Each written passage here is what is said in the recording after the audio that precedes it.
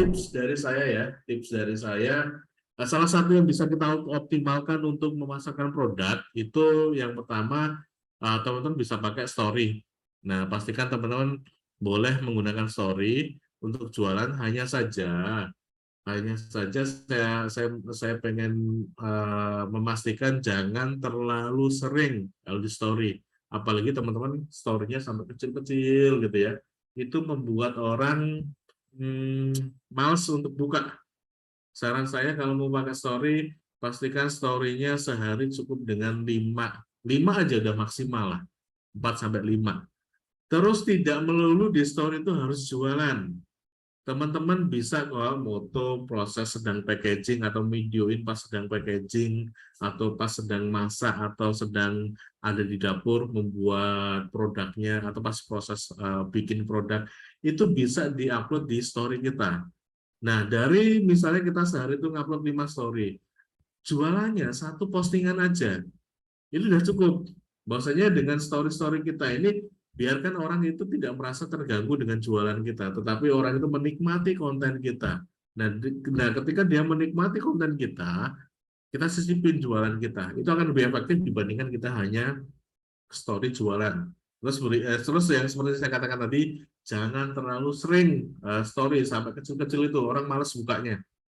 Cukup sehari ideal 5 lah, menurut saya sudah paling ideal untuk sebuah story. Karena story kan ada usianya ya 24 jam. Jadi saya pikir 5 udah cukupan. Terus selain story, teman-teman juga bisa mengoptimalkan jalur Japri.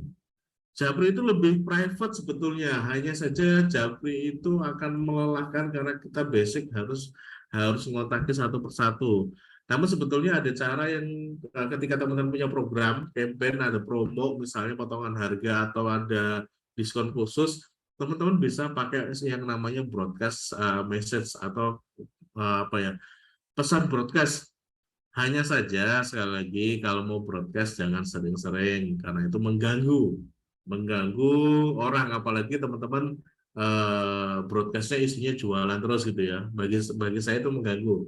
Kalau mau broadcast ya seminggu sekali boleh, sebulan sekali juga boleh. Apa pas kita punya program aja kita broadcast. Terus bedakan pesan yang dikirim untuk setiap funnel calon. Nah, ini menariknya ketika teman-teman pakai WA bisnis.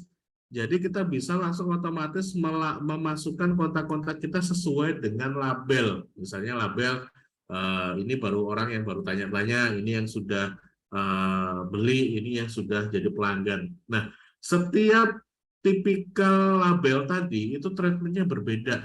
Jadi kita bisa langsung membroadcast.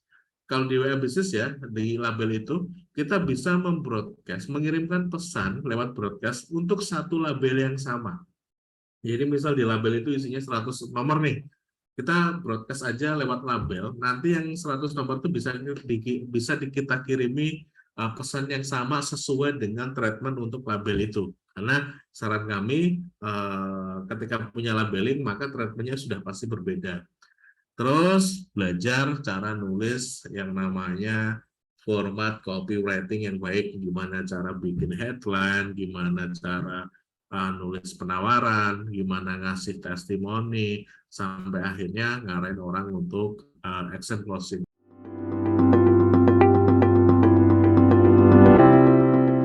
UMKM hebat, Indonesia hebat.